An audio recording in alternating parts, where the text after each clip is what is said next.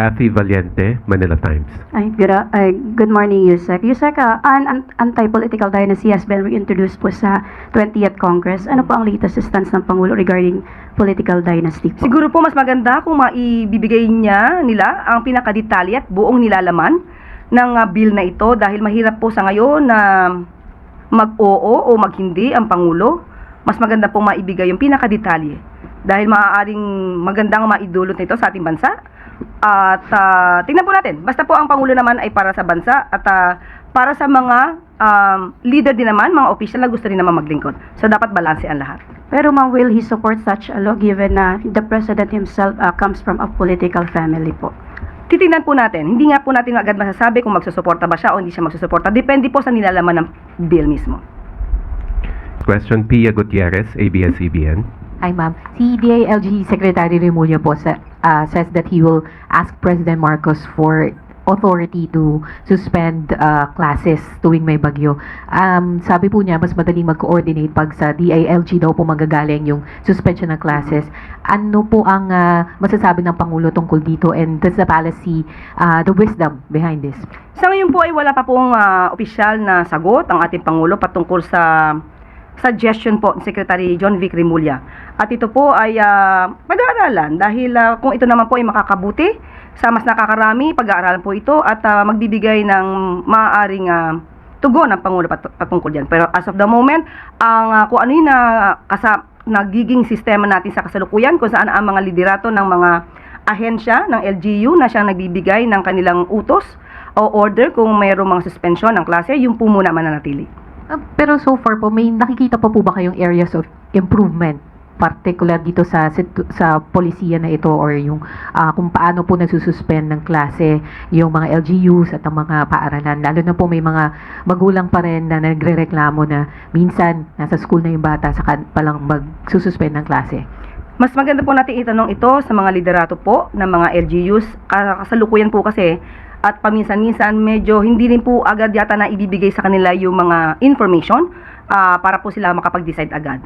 Pero sa pamamagitan po ninyo at ng taong bayan, kung maaari po makapagbigay agad ang mga heads ng LGUs ng mabilisang order o kanilang panukala kung dapat isuspende ang klase, dapat po talaga na mas mabilis para hindi pa po nakakalabas ng mga bata at mga magulang, hindi na po naiipit kung nagkaroon man ng baha o traffic. Eden Santos, Net 25. Good morning. Hello. Good morning po, Yusek. Kaugnay po nung binanggit niyo about illegal drugs, ano po. May we know po kung anong mga barangay, kahit ilan lang po, no, yung 427,000 na binabanggit ninyo na na-cleared na sa illegal drugs? Okay, sa ngayon, yan pa lang po ang ating natanggap at wala po tayong detalye patungkol sa barangay. Hingin po natin mula sa PIDEA at ibang law enforcement agencies yung sinasabi po nating barangay. Okay. Follow up lang po. Saan pong area itong Balay Silangan Drug Centers? Para yung address po. O sige po, mamaya po ibibigay ko po sa inyo yung exact address. Okay, salamat po. Thank you.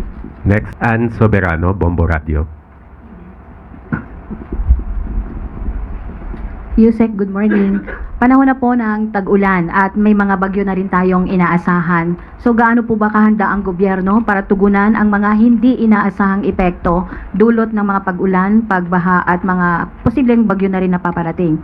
May direktiba po ba si Pangulong Marcos doon sa mga concerned agencies and sa mga local government units? Yes, totoo po yan. Napapanahon na po talaga dahil ngayon ay Hunyo at nararamdaman na po natin ang tag-ulan. Kagabi lamang po ay malakas ang ulan sa aming lugar. Sa inyo siguro ay malakas din ang ulan. Pinag-utos na po ng Pangulo na agaran po ang paglilinis ng mga drainage dahil ito po ay makakatulong po na maiwasan ang mabilis na pagbaha, lalo-lalo na po dito sa Metro Manila. Ayon nga po sa MMDA, meron na po sila na 23 priority esteros sa NCR gamit ang makabagong equipment o mga machinery para po ito malinis ng agaran, ito mga estero po. At maliban po dyan, pinag-utos din po sa DOLE at saka sa DPWH. Bakit po? Dahil po, maaasahan po natin yung mga tupad beneficiaries na tumulong sa paglilinis ng ating mga estero. At para naman po sa MMDRRMC, kailangan po yung local disaster offices ay maging handa bilang first responders sa mga ganitong klaseng mga pagkakataon. At pinag-utos na rin po ng DILG na palakasin po ang disaster preparedness measures ng bawat lokal na pamahalaan. At pinag-iigting na rin po ayon sa DILG at babasahin ko po: activation of emergency operation centers, evacuation preparedness, updated contingency plans, community drills and exercises, at ang enforcement of no-build zones. So asahan po natin ang mga susunod na mga hakbang ng ating mga opisyal para po mas maging handa pa sa mga darating na panahon. Mensahe na lang po ng gobyerno ng Malacanang sa ating mga kababayan, lalo na po doon sa mga lugar na prone po na daanan ng bagyo at mga pagbaha. Asahan niyo po ang gobyerno nakikilos para sa inyo, pero sana rin po kumilos din po kayo para sa taong bayan. Iwasan na po natin magkalat, magtapon ng mga basura sa mga lugar na mas madalas na bahain. Minsan po tayo rin po ang nagiging dahilan kung bakit mabilis bumha sa ating lugar. So, maglinis po tayo. Huwag po nating itapon ng basura ng walang responsibilidad. Yun lang po. Sana po makatulong tayo sa bawat isa. Maraming salamat, Yusek. Christian Yosores, DZMM. Magandang umaga po, Yusek. Kahapon po may panibagong update po na nilabas yung lumabas na witness, si alias Totoy, doon po sa kaso ng mga missing sa Bungero, and may mga pinangalanan po siyang ilang mga kilalang personalidad. Meron po bang panibagong direktiba ang Pangulo sa mga ahensya kaugnay po ng investigasyon dito? Ito naman po ay trabaho po ng DOJ at ng ibang law enforcement agencies po natin. Sino man, anumang katayuan sa buhay, kung sila man ay personalidad na kinikilala, wala pong sisinuhin ang Pangulo at ang administrasyon. Kung may dapat na panugutan, dapat lamang pong maimbestigahan ng mabuti para mabigyan ng hustisya ang mga pamilya ng sinasabi nating missing sa Bungeros. Follow up lang po. Bukas po ba ang Pangulo sa possibility na ituring na state witness itong si alias Totoy? Depende po to sa makikita po ng DOJ, i-evaluate po ang testimony niya at kung sino pa yung ibang mga witnesses na pwedeng gawing state witness. Depende po yan sa kanilang katapangan, sa katotohanan na sasabihin nila at yung pagkakataon na mag-recant sila ng kanilang mga testimony. So dapat nandoon yung tapang at paninindigan na sabihin ang katotohanan. Related question, Ana Bajo, GMA News Online. Morning po, Yusek. Ma'am, may mga information na itong si alias Totoy, si Julie Dondon Patidongan ay tumakbong mayor po sa Barobo, Surigao del Sur under Partido Federal ng Pilipinas, which the President chairs.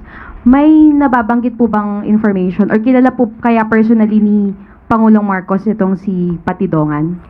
Sa ngayon po, wala pa pong nakakarating sa atin patungkol sa ganyang issue.